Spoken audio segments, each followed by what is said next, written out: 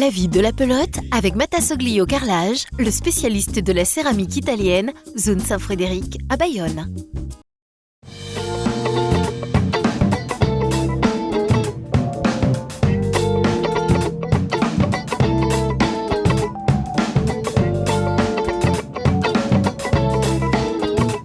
Moi, j'ai commencé très petite avec mes frères déjà chez moi, à jouer à la main nue. J'adorais ça, mais à l'époque, les femmes ne pouvaient pas jouer, ne jouaient pas.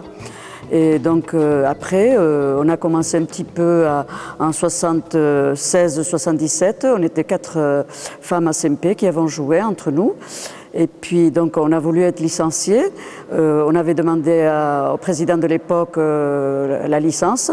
Il n'avait pas voulu nous donner la licence. Il nous avait dit qu'on était des rigolos. Et puis donc de là, on est parti, connaissant Michel Etchemendy. Et eux, ils faisaient un tournoi de guettari de Lola-Roy. Et donc on est parti faire ce tournoi. Et c'est comme ça qu'on a eu la licence pour Lola-Roy. Et en fait, quand on a été championne de France, Marie-Louise Saint et moi, on a été pour Lola-Roy et pas pour Saint-Pé.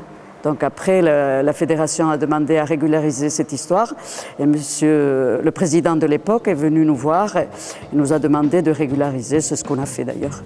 Du moment où on jouait, ça nous était égal que ce soit à SMP ou ailleurs.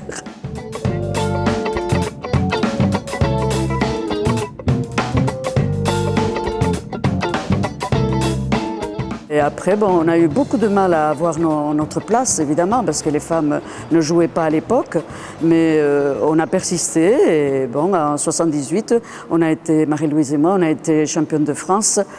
On appelait ça, c'était le tournoi fédéral à l'époque. Il n'y avait pas de championnat de France, ce qui vaut le championnat de France actuel. Et au trinquet du fameux joueur de main nue, M. Arambier, et il était très fier d'ailleurs qu'on ait gagné parce que lui étant de SMP à l'époque, il était fier de faire une photo d'ailleurs avec les deux Schempertar. Et donc après on a continué toujours. Et j'ai fait 12 ans de championnat avec Madame Saint. Et puis après, elle a eu des problèmes de genoux et puis elle s'est arrêtée. J'ai eu plusieurs partenaires et j'ai fait 22 ans de championnat. Et maintenant, depuis 12 ans, j'ai pris l'école de Palace.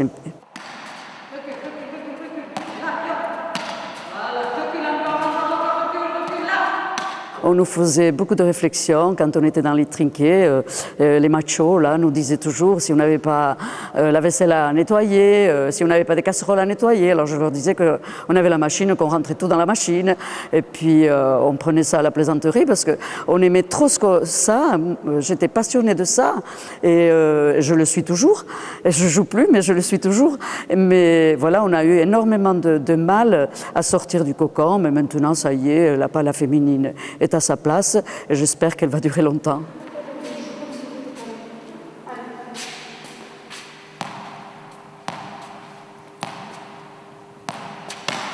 Il y a eu, les petites ont commencé, ici à SMP, c'était un petit peu, il y a eu un petit peu des petites jeunes qui ont été entraînées par Claudine Ipas et Marido, donc notamment Evelyne Dolosor et Christine Higos qui ont été championnes de France. Et donc après la relève a été prise un petit peu, Régine Esponda a eu les gamins, elle avait commencé, mais bon, ça s'était tombé à l'eau. Et après, Mathine a pris la relève des grandes. Et moi, il y a 12 ans, j'ai pris la relève des petits. Et puis donc toujours à Amotz, parce que c'est mon trinquet fétiche, où j'ai fait mes débuts, où je venais toute seule jouer, taper pour progresser. Et je suis très, très attachée à ce trinquet.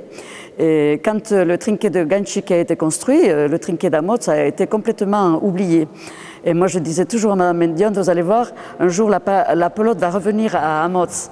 Et quand je suis revenue avec mes gamins, elle était ravie que la pelote était revenue à Amotz.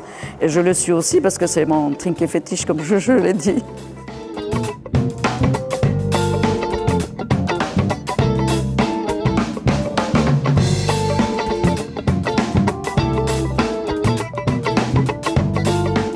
Moi, je prends les gamines à 8 ans.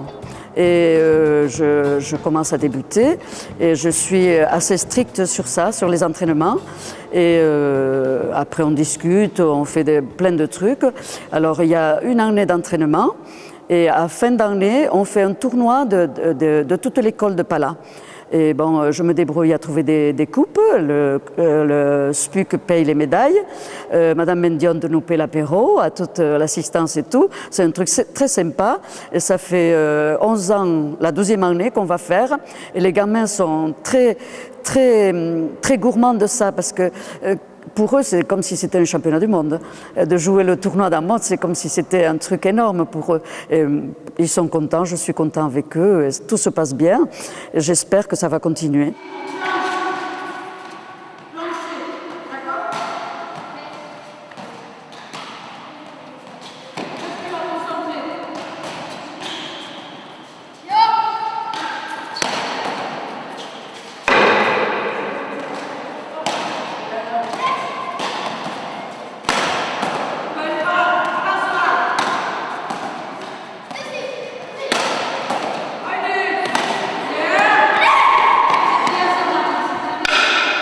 Il y a un truc aussi, c'est que moi je prends les garçons et les filles.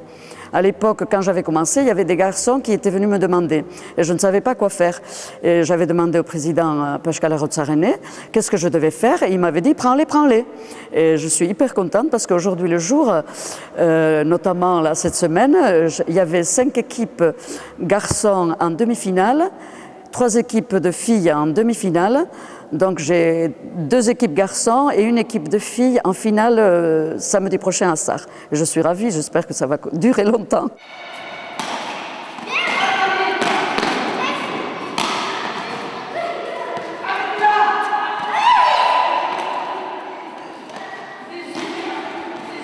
Oh 16 à 18. Allez. Mon vœu le plus cher, ce serait que la Pala continue, évidemment. Et pour ça, j'aimerais retrouver mes anciennes filles que j'ai eues, qui ont fait leur carrière, qui ont leur boulot maintenant. J'aimerais essayer de les regrouper et d'essayer, si on ne peut pas prévoir ma relève un petit peu. Je les aiderai au début, et puis pour que ça continue. Parce que j'aimerais tellement que ça continue, cette Pala qui nous a coûté si cher à la mettre sur place. Alors voilà, mon souhait, ce serait ça.